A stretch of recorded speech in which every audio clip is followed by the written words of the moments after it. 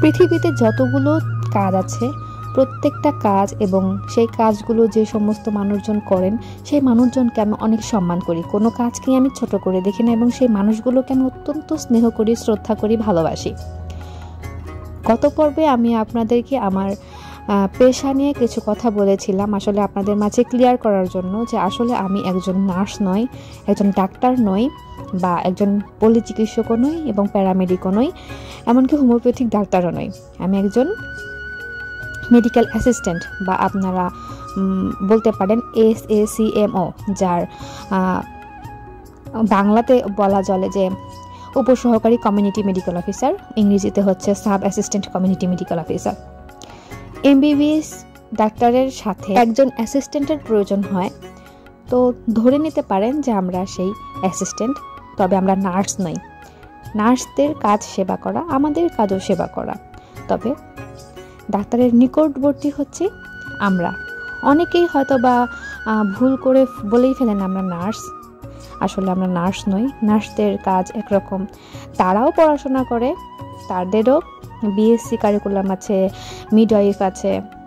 আমরা কিন্তু বলছি না যে আমরা MBBS, আমরা ডাক্তার, আমরা কখনোই বলি না, বা আমিও কখনো বলি না। আমি সবসময় পরিচয় দিই আমি sub assistant community medical officer, বাংলায় যেটা উপসহকারী কমিউনিটি মেডিকেল অফিসার, আর মেডিকেল অ্যাসিস্ট্যান্ট, এই দুইটা নামই আমি ব্যবহার করে থাকি। কখনোই আমি বলি না যে আমি ডাক্তার। আমি কখনোই MBBS এর সমতুল্য নই, আমি তার অ্যাসিস্ট্যান্ট হিসাবেই কাজ করি। কোনো মানুষকেই আমি ছোট করিনি। যারা আমার কাছের লোকজন আছেন, নার্স, তারপরে পল্লী চিকিৎসক, হোমিওপ্যাথিক, ফার্মাসিস্ট যারা আছেন, যারা আমার ভিডিওটি দেখছেন, আমি কখনোই আপনাদেরকে ছোট করে এই কথাগুলো বলিনি। শুধুমাত্র আমাদের বিষয়টাকে ক্লিয়ার করার জন্যই আমি কথাগুলো বলেছি গত পর্বে, গত এপিসোডে। আপনারা চাইলে সেই ভিডিওটা দেখে আসতে পারেন। হ্যালো এভরিওয়ান, আমি Barsha lifestyle and blog YouTube channel থেকে ছিলাম আপনাদের সাথে, এবং আছিও, ভবিষ্যতেও থাকার চেষ্টা করব ইনশাল্লাহ। আমার এই যে ভিডিওটা দেখতে পাচ্ছেন, এইটা কিন্তু থার্ড পার্ট। প্রথম দুইটা পার্ট কিন্তু আমি আপলোড করে দিয়েছি, এবং আমার পেশা, আমার ভালোবাসার প্রাপ্তি, আমার প্রত্যাশা কিসের মধ্যে, সেই ভিডিওগুলো দেখলেই আপনারা বুঝতে পারবেন। আজকে আমি আছি, আজকে বলতে সকাল থেকেই হাঁটাহাঁটি করছি, সব বাড়িতেই যাচ্ছি। সকালবেলা একজনের বাড়িতে দুধ চিতই পিঠা খেয়েছি, দুপুরবেলা একজনের বাড়িতে খেসারির শাক ভর্তা দিয়ে ভাত খেয়েছি। এখন চলে যাচ্ছি আমি বাড়ির উদ্দেশ্যে, যেহেতু বেলা গড়িয়ে সন্ধ্যা নামবে, বেশিক্ষণ থাকা যাবে না এই চরে, কারণ এই চর এতটাই বড়, হাঁটতে হাঁটতে পা ব্যথা হয়ে যায়।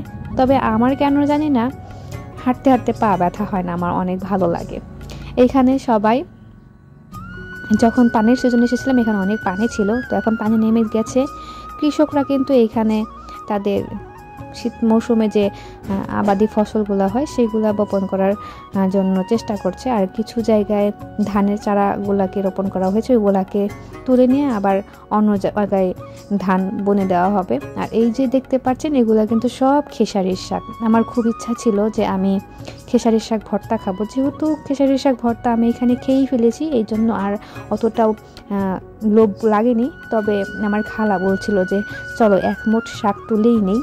তো যেহেতু এখানকার চরের মানুষজন কিছুটা হলেও খালাকে চেনে বা আমাকে চেনে, তো তারা খুব অনেক আনন্দের সহিতই বললো যে তুলে নেন, সমস্যা নেই, আমরা এখন এইগুলাকে গরুকে খাওয়াবো, এক পাশ থেকে তুলে তুলে নিয়ে। আর উপরে যে সুন্দর সুন্দর কচি কচি ডগা ছিল সেগুলো কিন্তু তারা তুলে বাজারে বিক্রি করতে দিয়েছে, আর যেগুলা মানে মোটা সাইজ বা আমরা যে শেকড় বলি সেগুলো হচ্ছে গরুকে খাওয়াবে।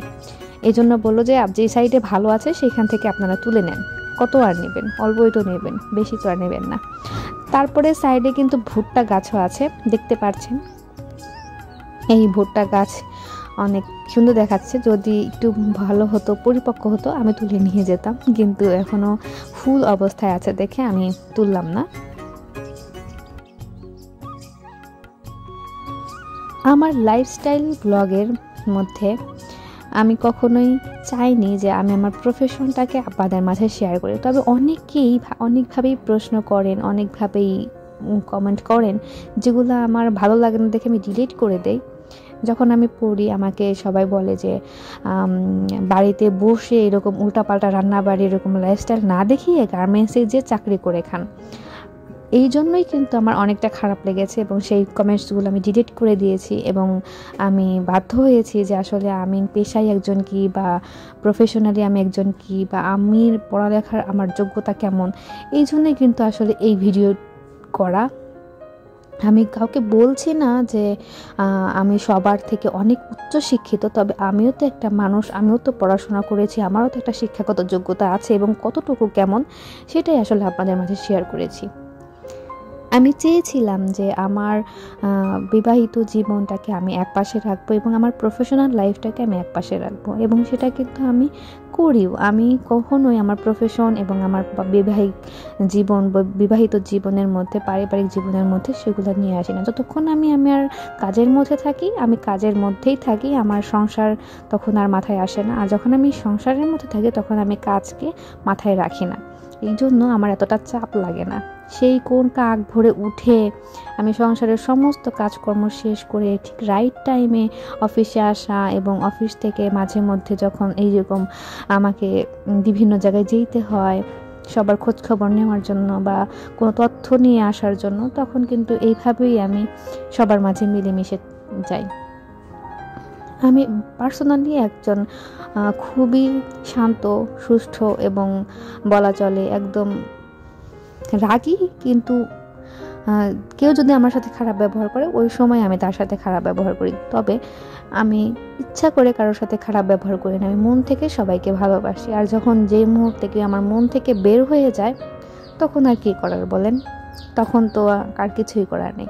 একজন মানুষকে আপনি আপনার সমস্তটা দিয়ে ভালোবাসবেন, নিঃস্বার্থভাবে ভালোবাসবেন, কিন্তু ওই মানুষটা যখন আপনাকে মানুষের কাছে ছোট করবে তখন কিন্তু আর আপনি তাকে ভালোবাসবেন না, তার দিক থেকে মুখ ফিরিয়ে নেবেন।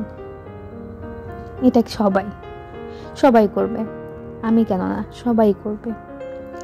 বেশি কথা বলবো না, বেশি কথা বললে কথা বলতে বলতে কথা বাড়তেই থাকবে। আজকের ভয়েস ওভার অতটাও ভালো হবে না আমি জানি, কারণ মন অতটা ভালো নয়। আবার অনেকেই প্রশ্ন করেন যে এই এতটুকু বয়সে মন কেন ভালো থাকে না। যারা বিবাহিত জীবনে আছেন, যারা চাকরি জীবনে আছেন, কোনো না কোনো কারণে, হয় পারিবারিকভাবে, না হয় চাকরি ক্ষেত্রে অফিসের কোনো কাজকর্মের কারণে বকা শোনা বা কথা শোনা, এগুলা নিয়ে কিন্তু কোনো না কোনো সময় মন খারাপ হয়েই যায়। আবার অনেক সময় আমাদের মেয়েদের কিন্তু মুড সুইং হয়, ওই সময় কিন্তু মন খারাপ থাকে। তাই অতটাও ওইভাবেও বলা যাবে না যে এই অল্প একটু বয়সে কেন আপনার এত মন খারাপ থাকে। সবারই কম বেশি মন খারাপ থাকে কোনো না কোনো কারণে। আমি হয়তো প্রকাশ করি, আপনারা হয়তো প্রকাশ করেন না, এটাই পার্থক্য। বাড়ি যাওয়ার পথে ঠিক নদীর কোল ঘেঁষেই দেখতে পারলাম কয়েকটি বড়ই গাছ, একদম বট গাছের আকারে আছে। বিশাল বিশাল হচ্ছে গাছ, একটা বলা চলে বার ছাড়ের মতো বা বড় একটা বট গাছের মতো মনে হচ্ছে। তো ওইখান থেকে কয়েকটা বড়ই আমি পেরে খেলাম, একটু কষকষ লাগলো, তবে চড়ের বড়ই তো বেশ ভালোই লাগছিল। দেখেন কয়েক কদম হাঁটার পরে কিন্তু আমি নদী পেয়ে গেছি, আর এই যে বড়ই গাছটা দেখতে অনেক ভালো লাগছিল। গতবার যখন এসেছিলাম তখন এই নদীতে পানি ছিল এবং নৌকা করে আমরা আসছিলাম, কিন্তু এখন এই নদীটা শুকিয়ে গেছে, আমরা এই নদীটা হেঁটেই পার হব। এবং ওই যে দূরে দেখতে পাচ্ছেন কালো কালো গাছ, তো ওইখানে আমরা যাওয়ার পরে গাড়ি পাবো, তো সেইখান থেকে গাড়ি ধরে আমরা অফিসে যাব এবং অফিসে আমাদের কাজ বুঝিয়ে দিয়ে তারপর গাড়ি ধরে আবার বাড়িতে যাব।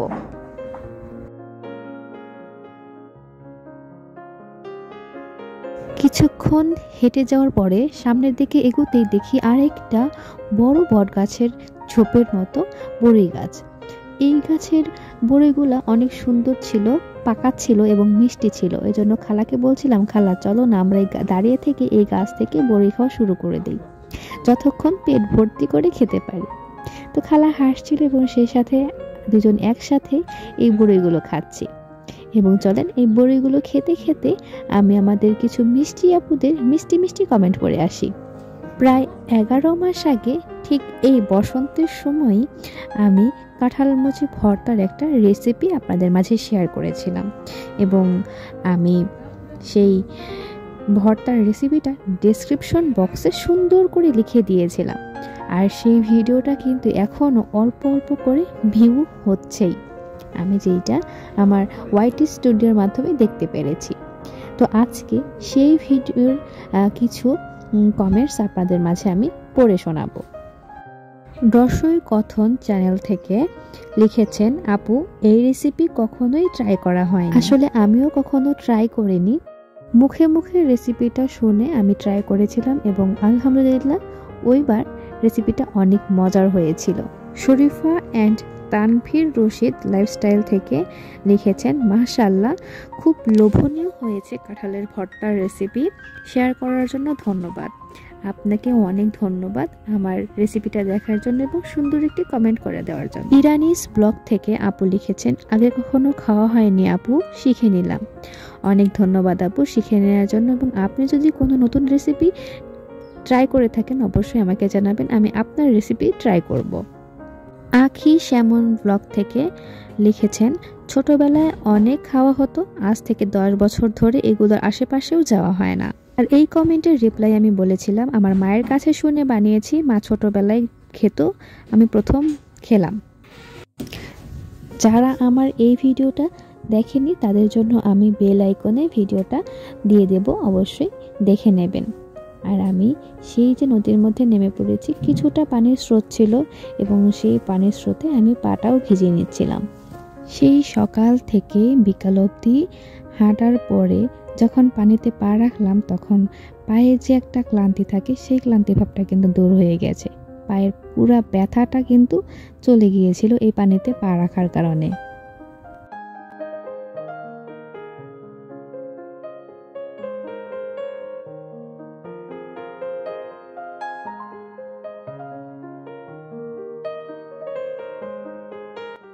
যমুনা চরের উপরে ভিত্তি করে আমি 3টা ভিডিও তৈরি করেছি, প্রথম, দ্বিতীয় এবং তৃতীয় পার্ট। এই 3টা পার্টে হয়তোবা 2টা পার্টে আপনারা সুন্দর সুন্দর কমেন্ট করেছেন এবং আমি চাইবো আজকের এই শেষের পর্বে আপনারা আপনাদের অনুভূতিগুলো, ভালো লাগাগুলো, খারাপ লাগাগুলো সুন্দরভাবে কমেন্টে লিখে দিয়ে যাবেন, যাতে পরবর্তী কোনো এপিসোডে আমি আপনাদের কমেন্টগুলো পড়তে পারি। ঠিক যেমন আজকে সেই 11 মাস আগের ভিডিওর কমেন্টগুলো পড়ে দিলাম। জানি না সেই সব পুরাতন বন্ধুরা আমার ভিডিওগুলো দেখছে কি না, তবে যদি দেখে থাকে অবশ্যই তারা অনেক খুশি হবেন যে এতদিন পর আমি তাদের কমেন্টগুলো পড়ে নিলাম।